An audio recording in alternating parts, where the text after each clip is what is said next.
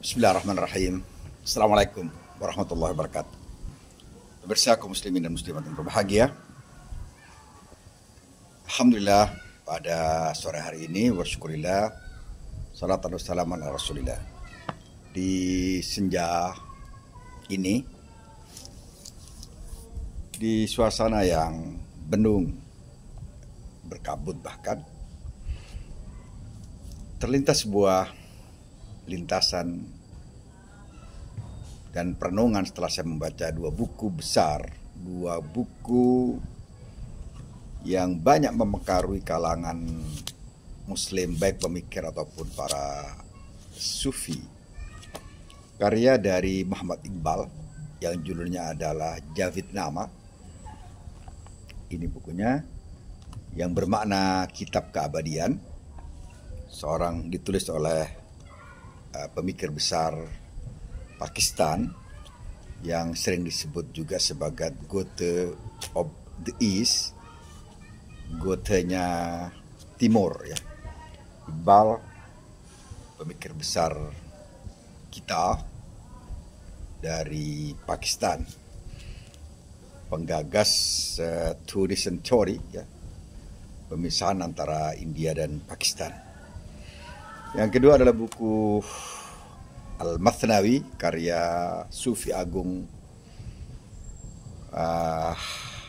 Jalaluddin Rumi, yang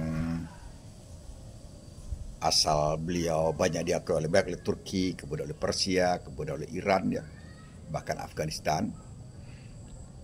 Yang menulis buku dengan judul Al-Mathnawi, sebuah sajak-sajak sufistik indah yang mengilhami banyak penyair sufi. Salah satunya adalah Iqbal yang secara tidak langsung berguru pada Jalaluddin Rumi. Perenungan saya pada sore hari ini adalah tentang pilihan kita.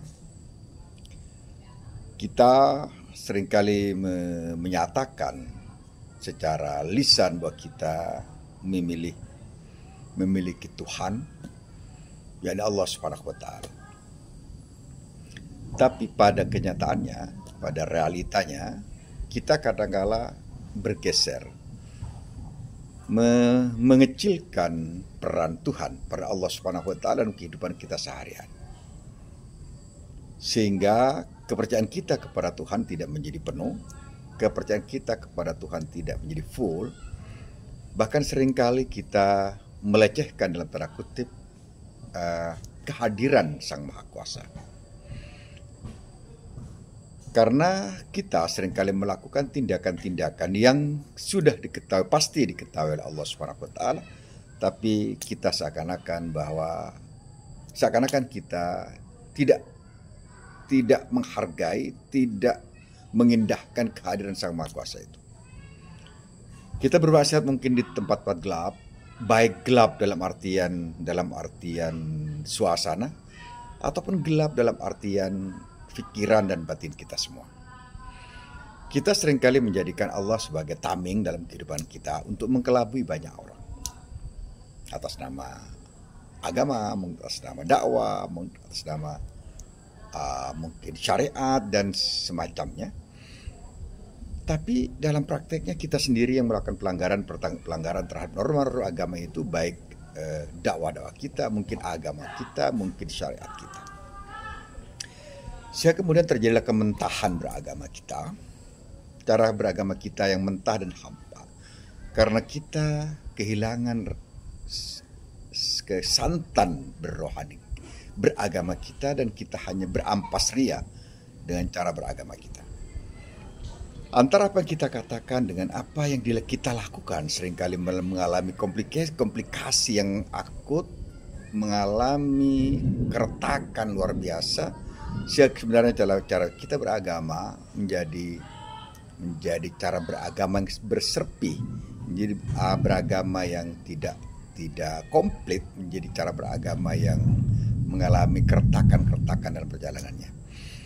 Bahkan yang parahnya ya, kalau kita seringkali tidak menyadari bahwa seringkali kita telah menjadikan diri kita sendiri sebagai Tuhan, atau tepatnya nafsu kita sendiri sebagai Tuhan.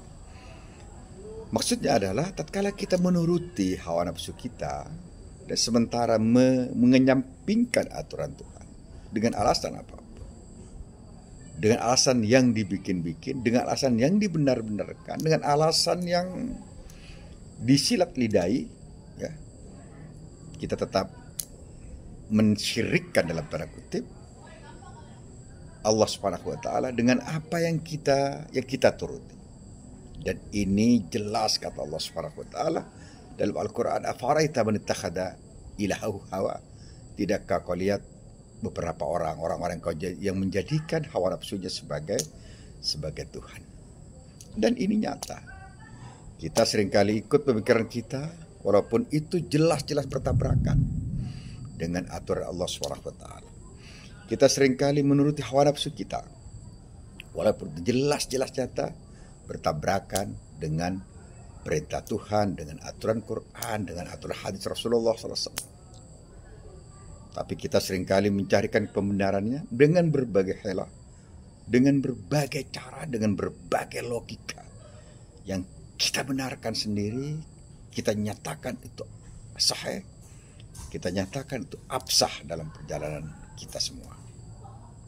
Perenungan kita seringkali kita menjadi Tuhan untuk diri sendiri. Sebagaimana Fir'aun menjadikan dirinya sebagai Tuhan. Kenapa? Karena kita berpura-pura menjadi seorang yang saleh dengan deklarasi-deklarasi, dengan pernyataan-pernyataan tentang kesalehan diri kita sendiri, sehingga kemudian kita menjelma menjadi sosok yang merasa paling benar, merasa paling tepat, merasa paling tinggi, merasa perasaan-perasaan yang kemudian menjadikan diri kita sebagai sosok yang afaraita man ittakhadha ilahahu hawa, kita menjadikan hawa nafsu kita sebagai Tuhan, dan kita seringkali melanggar aturan-aturan Allah Subhanahu wa taala, aturan Allah Subhanahu wa taala, norma-norma agama, norma-norma syariat kita langgar demi sebuah pencapaian-pencapaian yang menuruti hawa nafsu kita sendiri. Apa yang terjadi?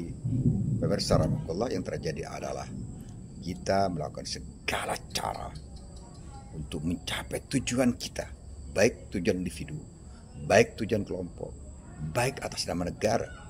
Tapi itu semua melakukan pelanggaran hukum Tuhan, pelanggaran kemanusiaan, bahkan pelanggaran terhadap nurani kita sendiri.